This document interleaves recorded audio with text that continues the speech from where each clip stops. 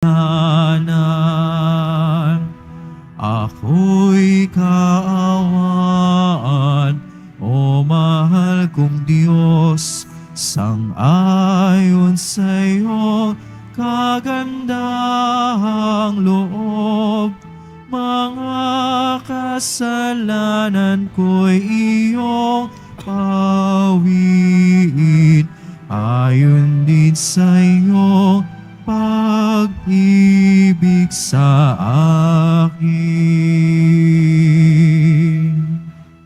Sa ngalan ng Ama at ng Anak at ng Espiritu Santo, Amen. ang pagpapala ng ating Panginoong Jesucristo, ang pag-ibig ng Diyos Ama, at ang pakikipagkaisa ng Espiritu Santo, naway sumayin niyong lahat. At sumayo rin. Aminin muna natin mga kapatid ang ating mga kasalanan upang maging marapat tayong gumanap sa banal na pagdiriwang. Inaamin ko sa makapangyarihang Diyos at sa inyo mga kapatid, na lubha akong nagkasala sa isip, sa salita at sa gawa at sa aking pagkukulang. Kaya isinasamo ko sa mahal na Birheng Maria, sa lahat ng mga anghel at mga banal, at sa inyo mga kapatid, na ako'y panalangin sa Panginoong ating Diyos. Kaawaan tayo ng makapangyarihang Diyos, patawarin tayo sa ating mga kasalanan, at patnubayan tayo sa buhay inawalang hanggan. Amen. Panginoon, kaawaan mo kami. Panginoon, kaawaan mo kami. Kristo, kaawaan mo kami. Kristo, kaawaan mo kami. Panginoon, kaawaan mo kami. Panginoon, kaawaan mo kami. Manalangin tayo. Ama naming makapangyarihan, lubos mong akitin sa iyo ang aming kalooban upang lagi naming pag-ukulan ng pagpapahalaga ang kaisa-isang talagang kailangan at sa pagganap namin sa iyong pagmamahal, kami naway makapag-ukol ng pagsamba sa iyong ngalan sa pamamagitan ni Jesucristo kasama ng Espiritu Santo, magpas sa walang hanggan. Amen. Magsiupo muna po ang lahat.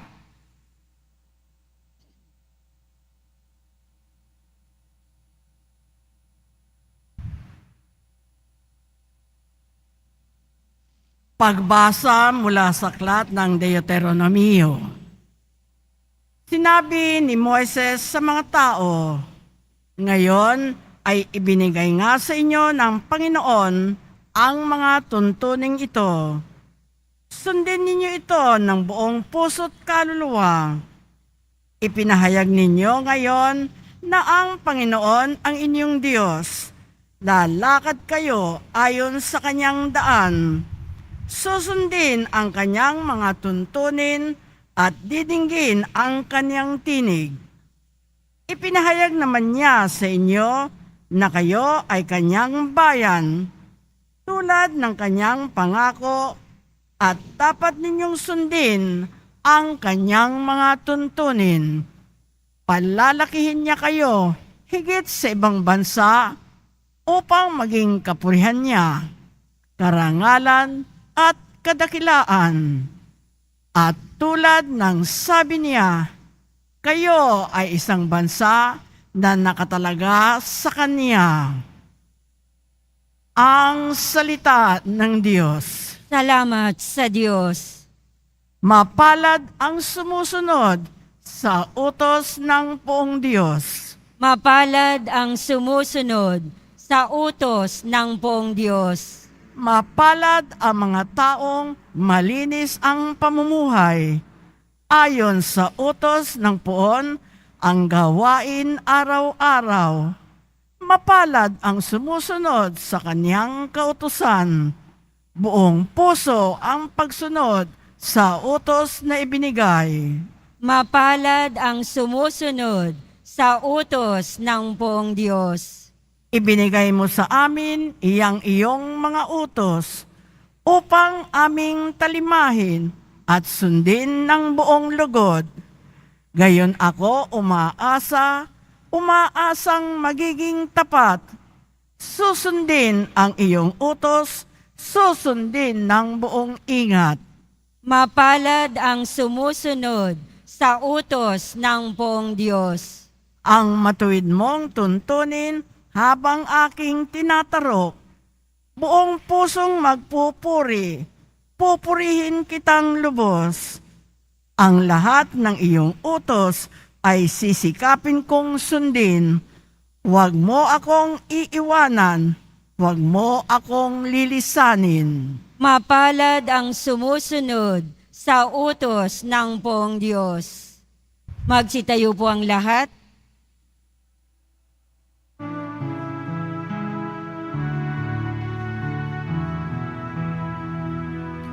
Nagpupuri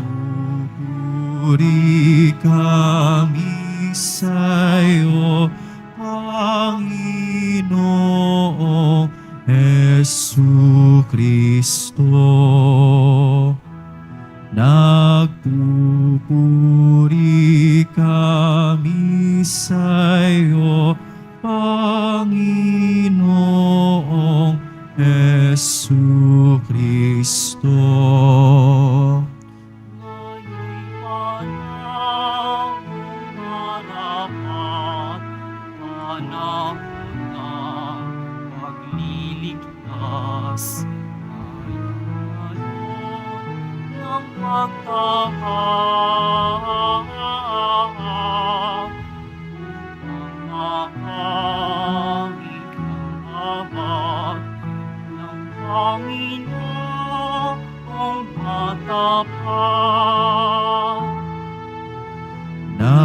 Nagpupuri kami sa'yo, Panginoong Jesucristo.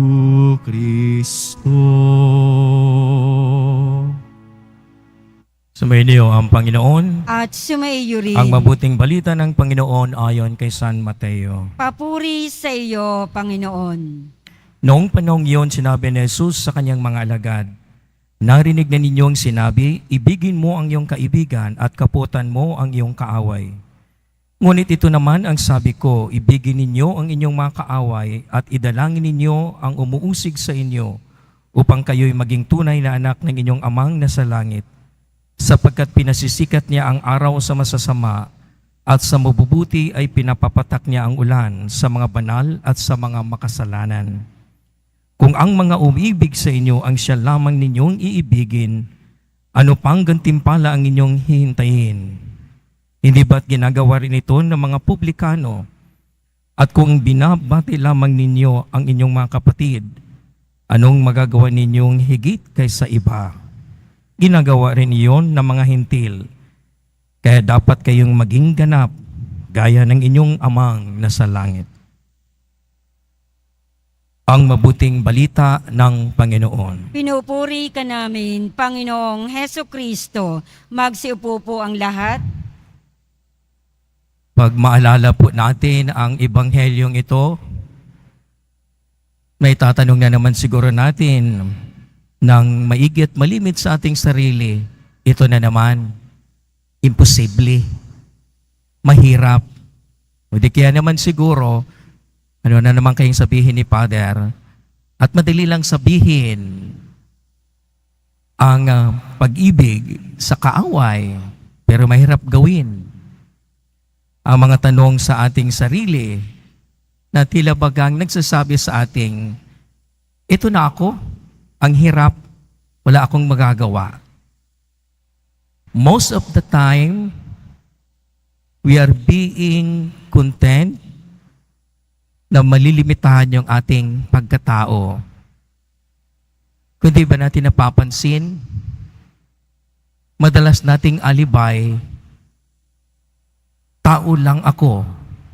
And the next, nakaisipan, makakagawa ako ng kasalanan. At kung kaya po karamihan sa atin nananatili sa ganong kaisipan, ang pagkatao, next, gagawa ng pagkakasala. Sisters and brothers, nakakalimutan po natin na tayo'y pinanggalingan, merong patutunguhan. Kung kaya the basic question that we ask for ourselves, sino ako? Saan ako galing? At saan ako tutungo? Otherwise, lahat ng ating ginagawa ay diversionary tactic na hindi natin nakukompronta ang ating pagkatao, ang ating pinanggalingan, ang ating patutunguhan. First of all, okay, sasabihin na natin in the creation narrative, tayo mula sa alabok at babalik sa alabok. Ito yung ating pagkatao. But remember, we were also breathed. Hiningahan tayo ng Diyos. Hiningahan tayo ng Kanyang Espiritu kung kaya't nagkaroon ng buhay. At ang buhay na ito galing sa Kanya. Kaya po, meron tayong pinanggalingan ng Kanyang pagka-Diyos. There is a divinity in us that we shared from God who created us. So, ibig sabihin, bilang isang tao, makalalagpasan at makakalagpas pa tayo kumpara sa ibang nilikha ng Diyos. The capacity to go beyond what we think of ourselves. Yun po yung ating paglalakbay ng atin mismong spiritual na buhay. Bakit tayo narito? Ay nagkakasala lang din naman tayo pagdating ng araw. There is always been the possibility in us to get back to what God has shared to us in His divinity. At nakakalimutan natin to.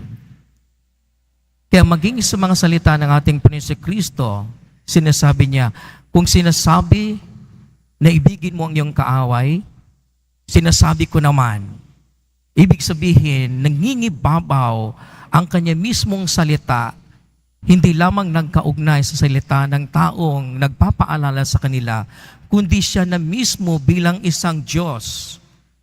Para po bang sinasabi, kung sinasabi ni Moses na ibigin mo ang iyong kaibigan at kaaputan mo ang iyong kaaway, ito naman ang sinasabi ko bilang Diyos. Ibigin mo ang iyong kaaway. Mga kapatid, we have to understand ang kahulugan ng pag-ibig kasi marami po ang pagpapakahulugan nito at kaiba sa pagpapakahulugan ng ating Panginoon si Kristo. Marami po sa atin, pag-ibig ay nadudugtong kaagad natin sa ating damdamin, sa ating puso, feelings, romantic.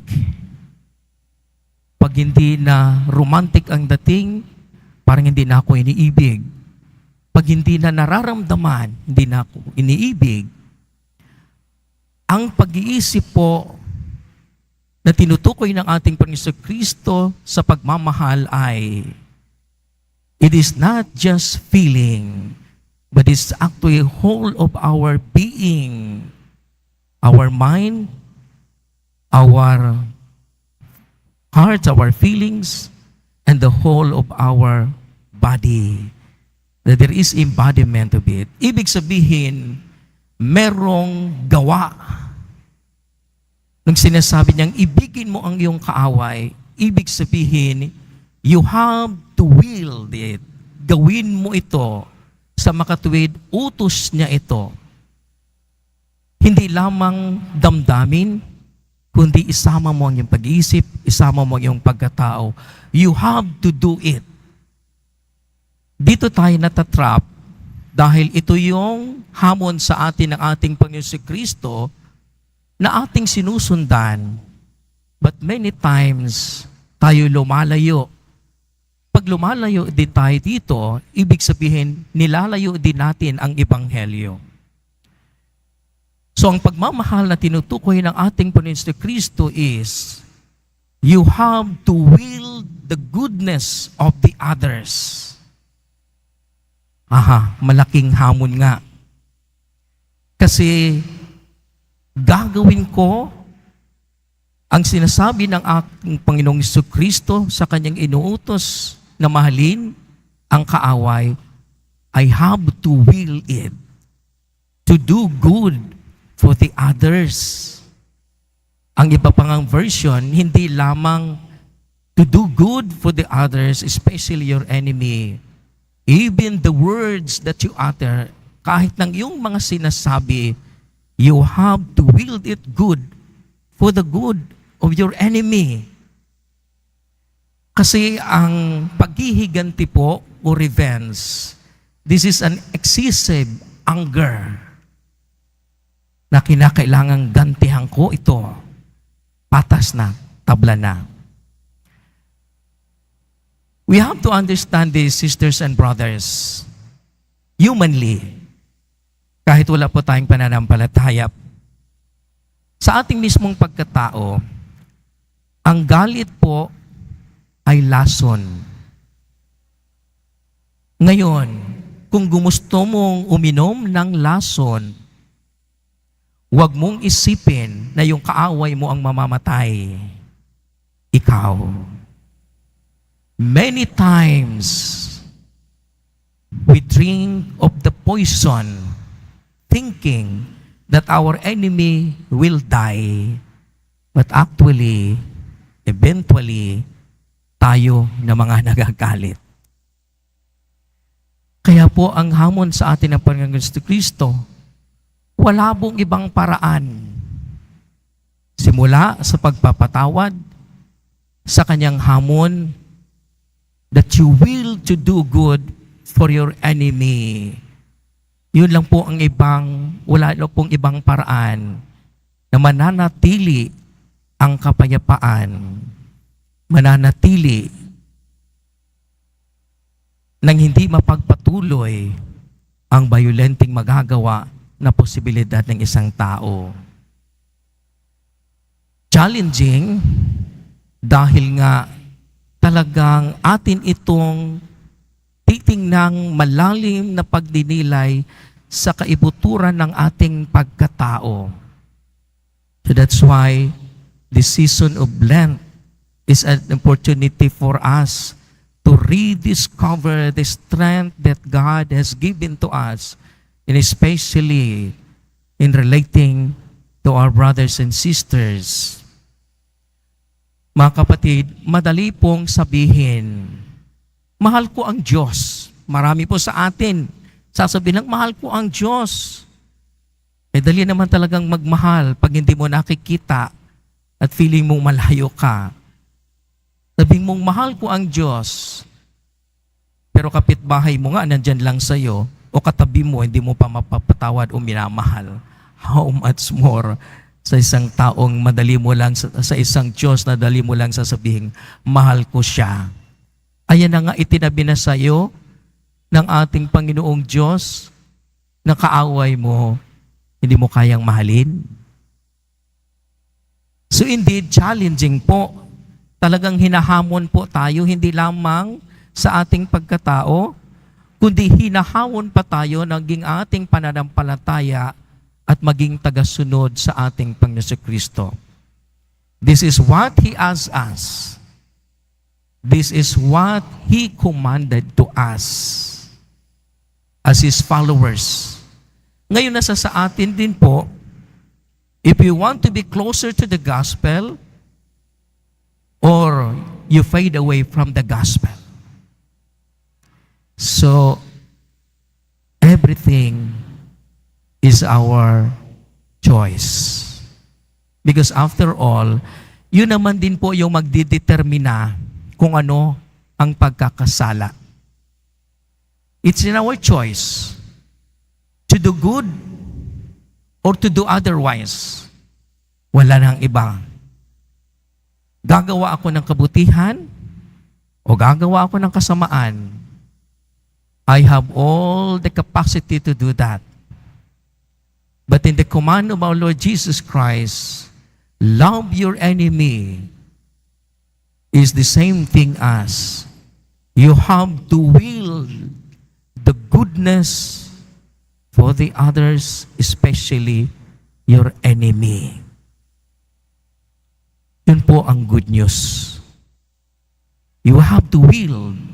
Hindi lamang nararamdaman, hindi mo lamang isipin, kundi you have to will it, you have to do. good for your enemy. And that's what makes us closer to Him, closer to the gospel.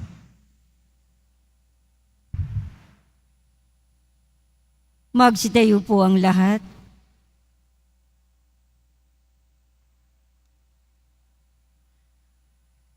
Mga kapatid, taglay ang pagtitiwala, lumapit tayo sa mapagpatawad na Ama na ang habag sa atin ay walang hangganan at walang katapusan. Sa bawat kahilingan ating itutugon, Panginoon, gawin mo kaming ganap sa iyong pag-ibig. Panginoon, gawin mo kaming ganap sa iyong pag-ibig. Ang simbahan naway maging buhay na halimbawa ng pagpapatawad at habag na ipinakita ni Jesus. Manalangin tayo. Panginoon, gawin mo kaming ganap sa iyong pag-ibig. At inawang kaawaan ang mga taong nakasakit, nakapinsala o nagdulot ng mga paghihirap sa atin. Manalangin tayo. Panginoon, gawin mo kaming ganap sa iyong pag-ibig. Sa tulong ng biyaya ng Diyos, naway mapatawad natin ang ating mga kaaway. Manalangin tayo. Panginoon, gawin mo kaming ganap sa iyong pag-ibig. Sa mga may sakit, matatanda at mga pinabayaan, naway ating maipadama ang ating pagmamahal at habag. Manalangin tayo. Panginoon, gawin mo kaming ganap sa iyong pag-ibig. Makapangyarihan at mahabaging Ama, pinasasalamatan ka namin sa pagpapatawad na inhandog mo sa pamamagitan ng iyong anak. Tulungan mo kaming ipahayag sa iba ang iyong pagpapatawad. Iniling namin ito sa pamamagitan ni Kristo ang aming Panginoon. Amen. Magsiupo muna po ang lahat.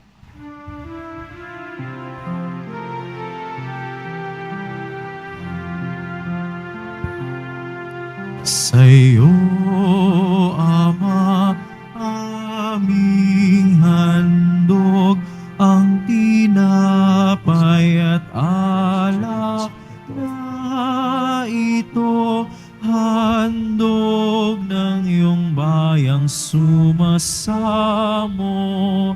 humingi ng patawad mo sa pagsunod sa utos mo. Nalulugod akong labis, di masukat ang galak ko, pagkat aking iniibig. Sa'yo, Ama, aming handog ang tinapay at alak na ito, handog ng iyong bayang sumasamo, humingi ng patawad mo. Magsitayo po ang lahat. Manalangin kay mga kapatid upang paghain natin ay kalugdan ng Diyos samang makapangyarihan sa lahat. Tanggapin nawa ng Panginoon itong paghahain sa iyong mga kamay, sa kapurihan niya at karangalan, sa ating kapakinabangan at sa buong sambayanan niyang banal. Ama naming lumikha, ang pinagdiriwang naming banal na paghahain ay maganap nawa sa ikapagpapatawad ng mga kasalanan at magpagintapat na kami maging katambal sa pag-aalay ng iyong anak na aming tagapamagitan kasama ng Espiritu Santo magpas sa walang hanggan. Amen. Sumainyo ang Panginoon. At sumaiyo rin. Itaas sa Diyos ang inyong puso at diwa. Itinaas na namin sa Panginoon. Pasalamatan natin ang Panginoong ating Diyos. Marapat na siya ay pasalamatan. Ama naming makapangyarihan, tunay ngang marapat na ikaw ay aming pasalamatan sa pamamagitan ni Jesucristo na aming Panginoon. Sa pagpapakasakali mong kami bubuti, isinugo mo sa Jesucristo upang pangunahan kami. Bilang pagsunod sa iyong atas na bigay, ipinahayag ng iyong anak ang iyong kalooban na ang mga apit tukha ay kanyang damayan. Ngayon na iyong inahandog ang pagkakataong aming maisaloob, ang kanyang ganap at kusang paglilingkod upang sa iyo lagi kaming makasunod. Kaya kaisa ng mga anghel na nagsisiawit ng papuri sa iyo nang walang humpay sa kalangitan. Kami nagbubunyi sa iyong kadakilaan. Santo, Santo, Santo, Panginoong Diyos ng mga hukbo, napupuno ang langit at lupa ng kadakilaan mo. O sana sa kaitaasan, pinagpalang na paririto sa ngalan ng Panginoon. O sana sa kaitaasan, magsilud po ang lahat. Ama naming banal, ikaw ang bukal ng tanang kabanalan, kaya't sa pamamagitan ng iyong Espiritu, gawin mong banal ang mga kaloob na ito upang para sa amin magiging katawan at dugo ng aming Panginoong Jesucristo. Bago niya pinagtiis ang kusang loob na maging handog, ginawakan niya ang tinapay, pinasalamatan kanya, pinaghati-hati niyo na tinabot sa kanyang mga alagad at sinabi, tanggapin ninyong lahat ito at kanin, ito ang aking katawan ni hahandog para sa inyo.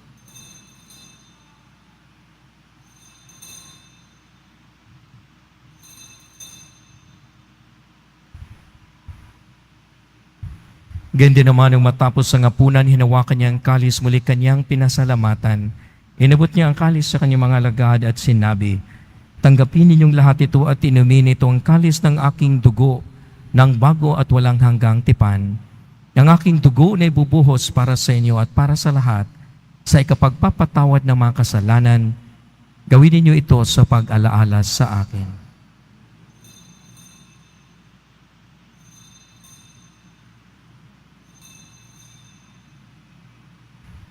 Magsitayo po ang lahat. Ipagbunyi natin ang misteryo ng ating pananampalataya. Si Kristo ay namatay, si Kristo ay nabuhay, si Kristo ay babalik sa wakas ng panahon. Ang mga ginagawa namin ngayon ng pag-alaala sa pagkamatay at muling pagkabuhay ng iyong anak, kaya tinaalay namin sa iyo ang tinapay na nagbibigay buhay at ang kalis na nagkakaloob ng kaligtasan. Kami nagpapasalamat dahil kami yung minarapat na tumayo sa harap mo para maglingkod sa iyo. Isinasamo namin kami magkasalo-salo sa katawan at dugo ni Kristo ay mabuklod sa pagkakaisa sa pamamagitan ng Espiritu Santo. Amalingapin mo yung simbahang laganap sa buong daigdig, puspusin mo kami sa pag-ibig, kaisa ni Francisco na aming Papa at ni Jose na aming Obispo at ng Tanang Kaparian. Alalahanin mo rin ang mga kapatid naming nahimlay na may pag-asang sila muling mabubuhay, gayon din ang lahat ng mga pumanaw. Kawaan mo sila at patuloyin sa iyong kaliwanagan. Kawaan mo at pagindapating kaming lahat na makasalo sa iyong buhay na walang wakas. Kaisa ng mahal na Birheng Maria na ina ng Diyos, kaisa ng kabiyak-pusot niyang si San Jose, ng mga apostol ni San Juan Bautista at ang lahat ng mga banal na namuhay dito sa daigdig ng kalugod-lugod sa iyo. Maipagdiwang nawa namin ang pagpupuri sa ikararangal mo sa pamamagitan ng iyong anak na aming Panginoong Jesucristo.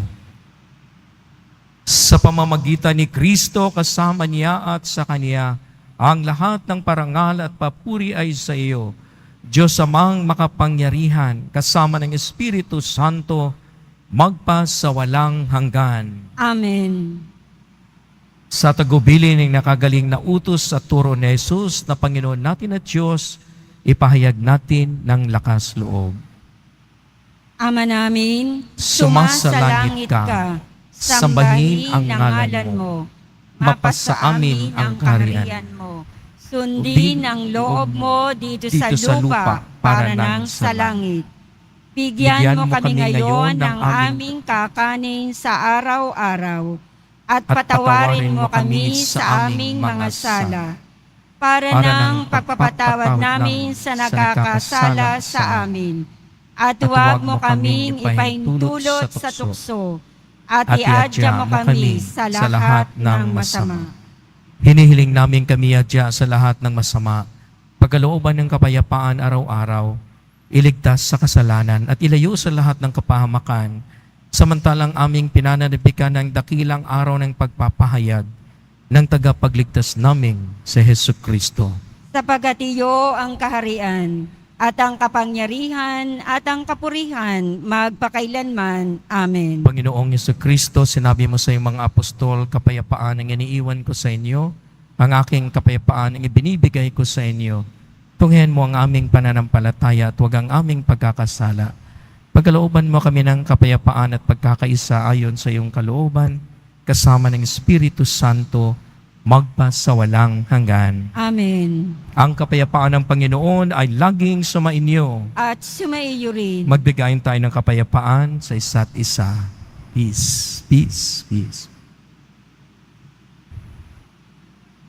Kordero ng Diyos na nag-aalis ng mga kasalanan ng sanlibutan, maawa ka sa amin. Kordero ng Diyos na nag-aalis ng mga kasalanan ng sanlibutan, maawa ka sa amin. Kordero ng Diyos na nag-aalis ng mga kasalanan ng sanlibutan, ipagkaloob mo sa amin ang kapayapaan. Magsilod po ang lahat. Darito mga kapatid, si Jesucristo, ang maawaing kordero ng Diyos na nag-aalis ng mga kasalanan ng sanlibutan. Mapapalad tayo na niya makibahagi sa kanyang piging. Panginoon, hindi ako karapat-dapat na magpatuloy sa iyo, ngunit sa isang salita mo lamang ay gagaling na ako. Ipagsanggalang nawa tayo ng katawan at dugo ni Kristo para sa buhay na walang hanggan. Amen.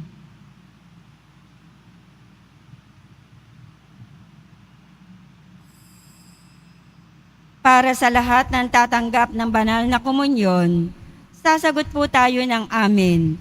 Pagkasabi ng pari o ng lay minister ng katawan ni Kristo at isubo agad sa bibig. Bago umalis sa harapan ng pari o lay minister, sumunod po tayo. Maraming salamat po.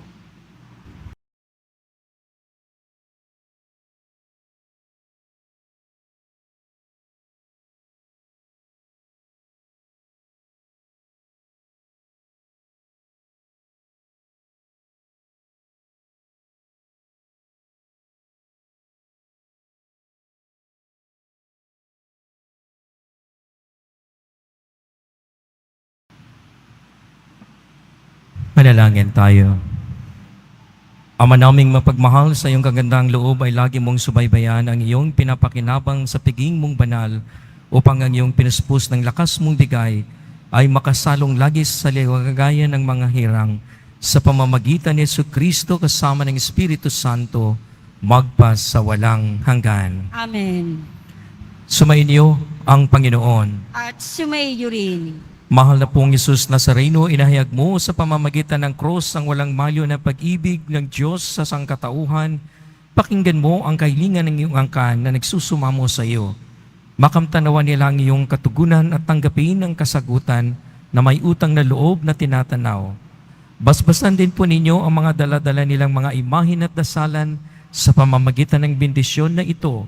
Naway maalala nila ang mga pangako nila noon sa biniyag na ikaw ang kanilang iibigin at paglingkuran bilang Panginoon magpa sa walang hanggan. Amen. At pagpalain kayo ng makapangyarihang Diyos, Ama, Anak, at ng Espiritu Santo. Amen. Pumayo kayong taglay ang kapayapaan ng Poong Jesus Nazareno. Salamat sa Diyos.